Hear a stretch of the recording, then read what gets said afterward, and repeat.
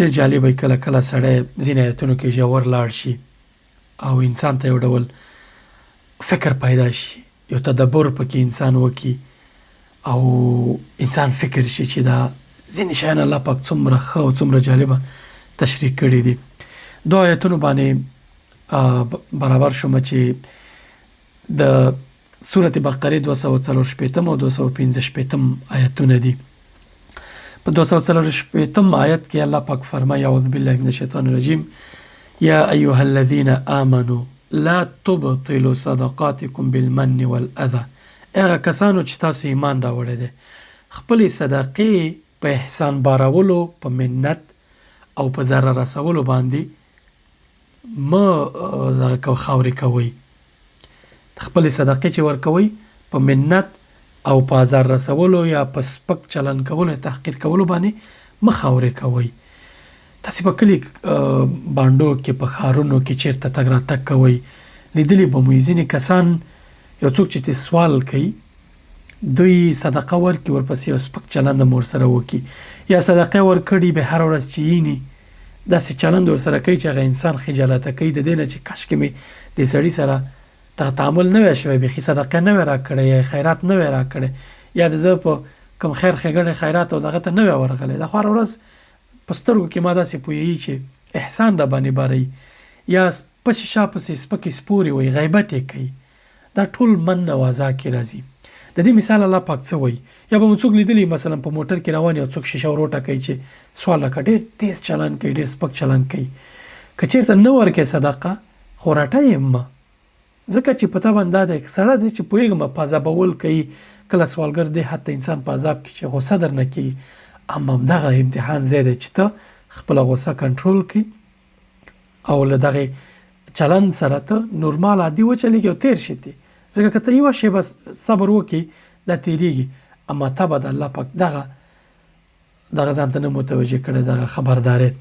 الله پاک د دې مثال داسې وایي: هغه کسان چې صدقه ورکوي او هغې احسان باروي او ضرر رسوي، کالذي ينفق ماله رئاء الناس. دغه چا په مثال دی، د دغې صدقې ورکولو مثال یا د دغه کس مثال دغه چا په مثال دی چې ما صدقه کوي د خلکو د ښودانې دپاره، ځان خلکو ته وښیي، ریا به په خاطر یې کوي.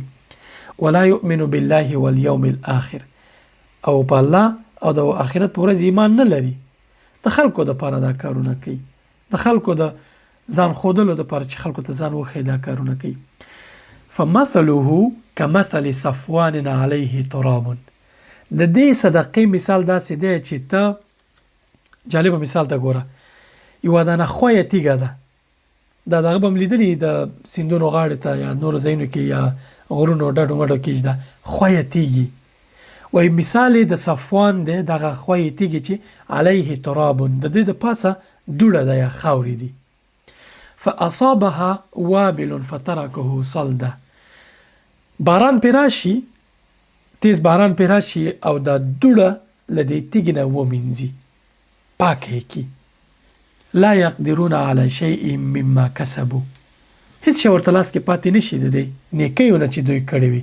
همدغسې دا تیږه پاکېږي، د دوی نیکیم هغه کسانو چې په دې نیت باندې او دوی فکر کړی و چې دغه کار موږ د نیکۍ دپاره کړی و، په دې کې ریا وه، خلکو ته ځان ښودلو، نو د آخرت کې د دوی عملونه داسې شي لکه دا تیږې نه چې دا دوړه لرې شي، باران یې ومینځي، پاک یې کړي. د دوی عملونه همدغسې ریا لکه باران پاکه کړي، له منځه یې ویسي. قیامت کې دوی فکر کړی چې موږ ډېر ښه عملونه کړي دي او ډېر زیات کار مو کړی دی. کله چې قیامت کې الله پاک سره مخامخ شي د عملونه، فجعلناه هباء منثورا، دوړه وړه شوي، ختم شوي، څه نه وي. خو دوی په دې فکر چې ما خو ډېر ښه کارونه کړي. ښه کارونه د چا دپاره کړي؟ د خلکو دپاره، د خلکو ته د ځان ښودلې دپاره. نو هغه باران ومینځل، ختم یې کړل. والله لا یهدي القوم الکافرین. الله پاک کافرانو ته هدایت نه کوي. ورپسې آیات کې الله پاک څه فرمایي؟ اوس مثبت اړخ ته ګوره: ومثل الذين ينفقون اموالهم ابتغاء مرضات الله وتثبيتا من انفسهم. او کوم خلک چې خپل مالونه یوازې د الله د خوشحالولو لپاره په ډاډه زړه او ثبات باندې لګوي، كمثل جنة بربوة أصابها وابل فآتت أكلها ضعفين. دا هغه چا په مثال دی، دغه کسان چې خپل مالونه د الله د رضا دپاره ورکوي، د ثواب په نیت یې ورکوي. د دې مثال د څه شی دی؟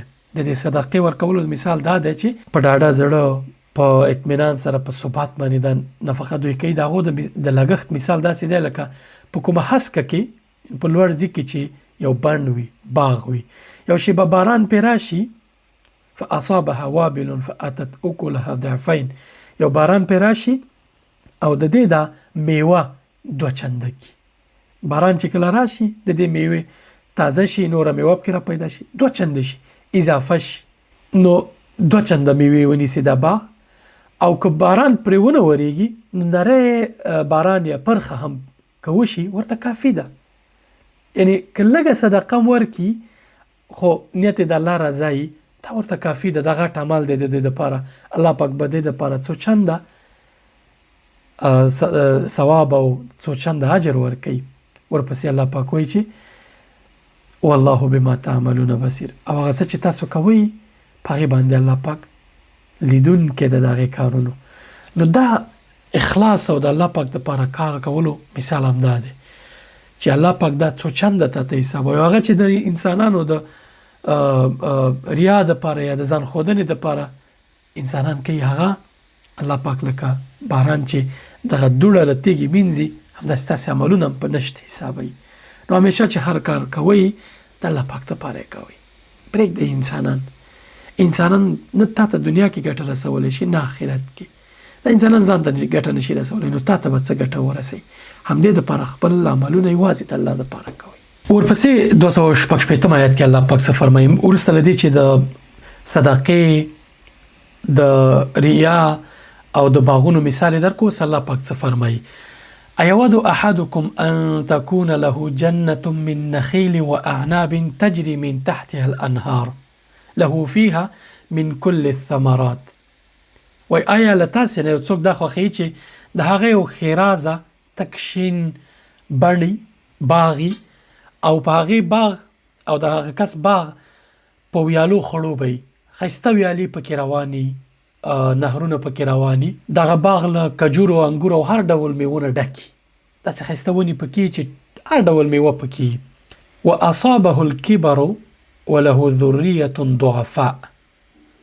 او دغه خپله دغه باغ خاوند سپینګیره شوی، کم زوړ شوی، او د داسې کورنۍ چې بې وسه یا ماشومان یې پکې وسې نه رسیږي چې دغه اور مړ کړي یا دغه کومک وکړي د خپل دغه سره، تش په میدان ناست دي. فاصابها، ورپسې الله پاک فرمایي کله چې دوی سپینګیري شوي او بې وسه او زور نه رسیږي په څه باندې، په داسې وخت کې، په داسې حالت کې، فاصابها اعصار فيه نار فاحترقت، او په دغه باغ باندې د اور بړبکۍ راشي او د باغ له منځه ویسي ویې سوځوي. همدا خوښوئ تاسې؟ یعنې ستاسې دغه عملونه څنګه چې هلته د خویه تیږې مثال درکړ چې دوړه پرې پرته وه او باران دغه دوړه له منځه یوړه، بیا یې د باغ مثال درکړ چې ښایسته باغ او باران پرې راشي او میوې څو چنده کي. نو اوس الله پاک پوښتنه کوي چې په دغه ریاکارۍ باندې، دغه صدقې ورکولو او د هغې د پاسه منت اچولو او احسان برولو یا د خلکو زورولو یا د نورو غلطو کارونو چې ریا نه ډکي، کارونه چې ریا نه ډکي چې په غلطو کارونو بدلیږي، یا مثلا د هر کار چې انسان کوي او د الله پاک رضا نیت نه وي او د انسانانو د ریا دپاره انسانان ته ځان ښودلو دپاره کوي، همدا خوښوي چې یو ښایسته باغ یې د ټولې میوې پکې او اور راشي دا باغ وسوځي او دوی هم کمزوري هېڅ له وسه نه کېږي، همدا خوښوئ؟ الله پاک پوښتنه کوي چې تاسې په دغه ریاکارۍ باندې، دغه د نیتونو خرابوالي باندې، خلکو ته د ځان ښودلو باندې خپل نیک عملونه همداسې کوئ لکه دا باغ چې وسوځي او وس مو نه رسېږي، په قیامت کې د الله پر وړاندې ولاړې وئ. تاسې به په دې فکر دا نیک کارونه کړي چې الله به اجر درکوي، ښه کارونه هم کړي، خو ستاسې به نیت اصل کې د انسانانو رضاوي او د خلکو ته ځان ښودل وي، برعکس به الله پاک دا ستاسې عملونه فجعلناه هباء منثورا، دوړې وړې کړي، هېڅ به ترې نه پاتې. نو نیک عملونه یوازې د الله د رضا دپاره کوئ.